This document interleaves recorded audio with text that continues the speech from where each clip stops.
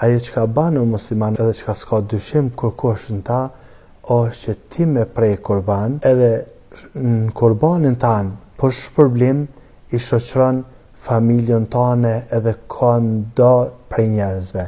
Për shembull, Muhamedi alayhi salam kur e ka prej kurbanin, e ka prej edhe ka thonë Allahumme pranoje këta prej Muhammed alayhi salam, për Muhammed alayhi salam, për familjen e Muhammed alayhi salam, edhe për umetin e Muhammed alayhi salam. E shef, për umetin e Muhammed alayhi salam.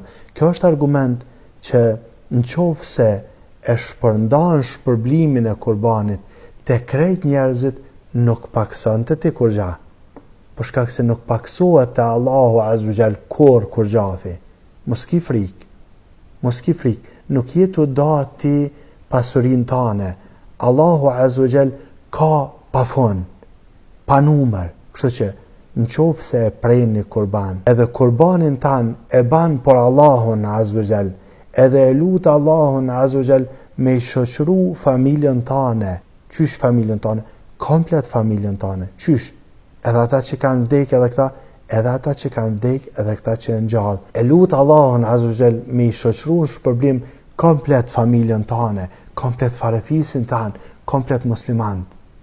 Kjo nuk pakson shpërblim për gjatë të ti, për kundrazi, tregon pastërtin e zemrës tane, edhe shkon shpërblime se cilit prej antarëve të familjes tane, edhe prej muslimanve. Kjo është hajër, ama me prej një kurban, por Allahon, e që shpërblimet me shku të vdekurit, në këta nuk ka dyshim në qofë se i vdekuri ka lanë pasuri, edhe ka lanë me fjalë që kur të vdes, premna prej kësoj pasuris, çdo vjet ka një kurban.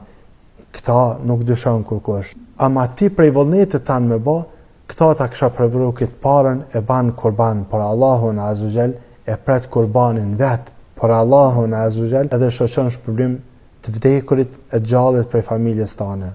Elosum Allahun azza wa jall me ja pranu kurbanat.